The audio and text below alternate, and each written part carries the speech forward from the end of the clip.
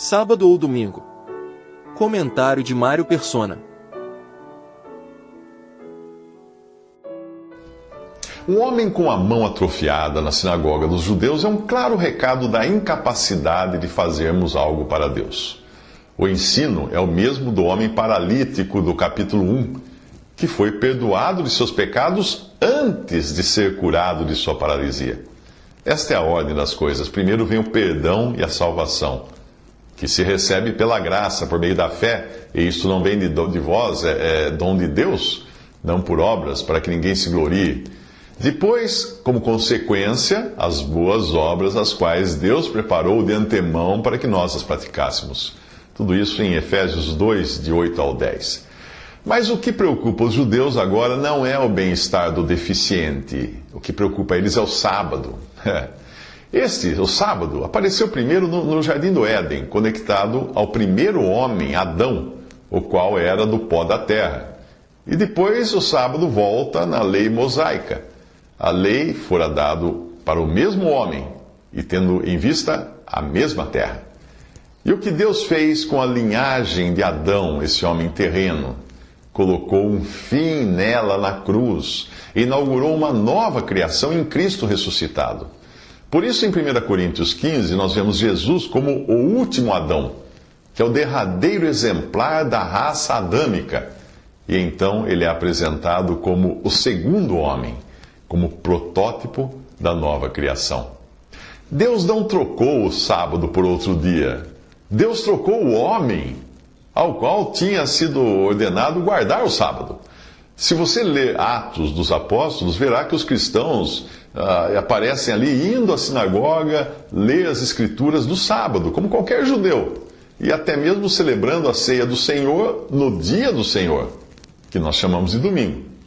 Eles ainda não entendiam o que era a igreja, o mistério que durante as épocas passadas foi mantido oculto em Deus, como escreve Paulo em Efésios 3:9, um mistério que seria revelado a Paulo. Então, eles perceberam que não fazia mais sentido, quando esse mistério foi revelado, eles perceberam que não fazia mais sentido guardar um dia conectado à lei e à velha criação. Mas o sábado voltará sim a ser guardado por judeus e gentios no milênio, na terra. E representa também o descanso eterno, quando não haverá um dia, mas a eternidade para ser dedicada a Deus. Enquanto isso, os cristãos se ocupam com o Senhor no dia do Senhor. Neste dia, ele ressuscitou como cabeça de uma nova criação que nada tem a ver com a lei, mas está toda fundamentada em graça. O seu caráter é muitíssimo mais elevado que o caráter do sábado. O caráter do primeiro dia da semana é mais elevado que o caráter do sábado de descanso da criação e da lei.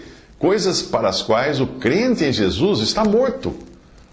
Os que são pela prática da lei estão debaixo de maldição, pois está escrito: maldito todo aquele que não persiste em praticar todas as coisas escritas no livro da lei.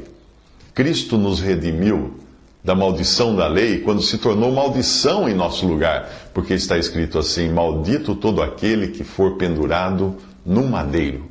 Gálatas 3, de 10 a 13. Alguns deles estavam procurando um motivo para acusar Jesus. Por isso, observavam atentamente para ver se ele iria curá-lo no sábado, curar o homem da mão atrofiada. Jesus disse ao homem da mão atrofiada: levante-se e venha para o meio.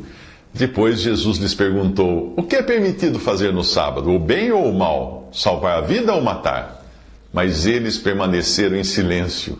Irado olhou para os que estavam à sua volta e, profundamente entristecido por causa dos seus corações endurecidos, disse ao homem: estenda a mão. Ele a estendeu e ela foi restaurada. Marcos 3, de 3 a 5. Se Jesus não era o Messias, por que achar que ele iria curar o enfermo? Se ele aleijasse um homem são, aí sim eles teriam razão de reclamar. Mas curar um doente? Para saber o que se passa no íntimo daqueles judeus, nós recorremos à palavra de Deus, que é apta para discernir os pensamentos e intenções dos corações. A Hebreus 4:12 fala isso. Mais tarde, Pilatos saberia que fora por inveja que os chefes dos sacerdotes lhe haviam entregado Jesus. Isso está em Marcos 15:10. E basta ver o que levou o rei Herodes a tentar eliminar Jesus ainda infante, para saber que os judeus pensavam igual aos servos da parábola de Lucas 19:14, que diziam assim: não queremos que esse homem seja nosso rei. Quando os sábios vindos do Oriente perguntaram onde está o recém-nascido rei dos judeus, Herodes ouviu isso, ficou perturbado e com ele toda Jerusalém. Ao consultar os mestres da lei, eles citaram a profecia de Miqueias, capítulo 5, versículo 2. Mas tu, Belém, da terra de Judá, de forma alguma és a menor entre as principais cidades de Judá, pois de ti virá o líder, que como pastor conduzirá Israel, o meu povo. Isso está em Mateus 2, de 1 a 6. Mas eles malandramente omitiram o final da passagem, da profecia, que dizia assim: e cujas origens são desde os tempos antigos, desde os dias da eternidade. A profecia falava de um ser que remontava o tempo, Jesus, o Filho eterno de Deus, Deus e homem. Agora, na sinagoga do nosso capítulo, Jesus decide restaurar a mão do homem, pedindo que ele se levante e fique bem no centro das atenções. Ninguém poderá negar que era Deus agindo ali. Estenda a mão, ordena ele, e a mão é restaurada. Então os fariseus saíram e começaram a conspirar com os herodianos contra Jesus sobre como poderiam matá-lo. Marcos 3,6 diz isso. Em que dia eles trabalharam nessa conspiração? No sábado. Com quem? Com seus tradicionais adversários, os herodianos. Percebe a contradição aí? Eles rejeitam quem faz o bem no sábado e no mesmo dia formam uma quadrilha para tramar o mal. Assim é todo aquele que rejeita a graça e se apoia em sua própria interpretação da lei dada a Moisés. Jesus retirou-se com seus discípulos para o mar, e uma grande multidão vinda da Galiléia o seguia. Quando ouviram a respeito de tudo o que ele estava fazendo, muitas pessoas procedentes da Judéia, de Jerusalém, da Idumeia, das regiões do outro lado do Jordão e dos arredores de Tiro e de Sidom foram atrás dele. Marcos 3, de 7 a 8. Após ele ter sido rejeitado pelos judeus que esperavam vê-lo fazer um milagre no sábado, Jesus se retira em direção ao mar. E o mar é uma figura dos gentios e das nações. O capítulo 11 de Romanos mostra que a rejeição de Jesus pelos judeus abriu o caminho para a bênção dos gentios. Esta verdade é negligenciada pela maior parte da cristandade, que acredita que Deus teria desistido dos judeus para fazer da igreja a continuação de Israel. Não. Todavia, acaso Deus rejeitou o seu povo? De maneira nenhuma. Deus não rejeitou o seu povo, o qual de antemão conheceu. Escreve Paulo em Romanos 11, de 1 ao 2. E ele continua revelando um princípio existente ao longo de todas as Escrituras, que é o da seleção por Deus de um remanescente fiel quando a massa do povo se desvia da verdade. Assim hoje também há um remanescente escolhido pela graça, escreve ele em Romanos 11, 5.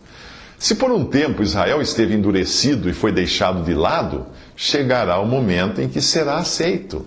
Pois se a rejeição deles é a reconciliação do mundo, o que será a sua aceitação, se não vida dentre os mortos? Romanos 11, versículo 15.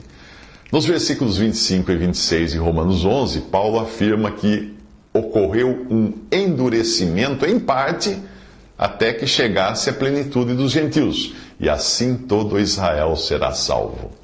Isto mostra que no futuro Deus ainda voltará a tratar com um remanescente do seu povo terreno, que ele chama de todo Israel, para cumprir neles todas as promessas dos profetas ainda por se realizarem. Afinal, os dons e o chamado de Deus são irrevogáveis, como fala em Romanos 11, 29.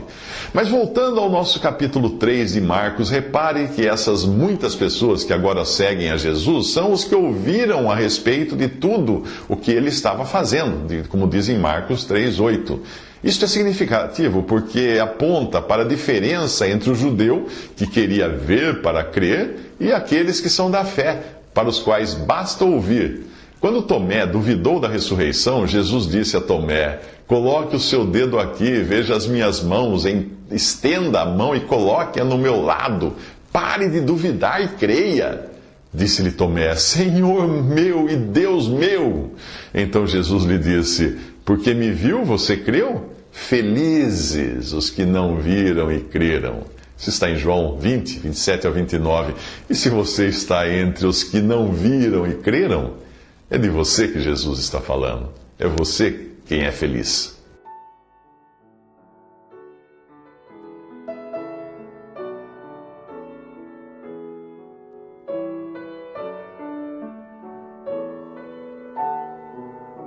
Visite Respondi.com.br. Visite também 3minutos.net.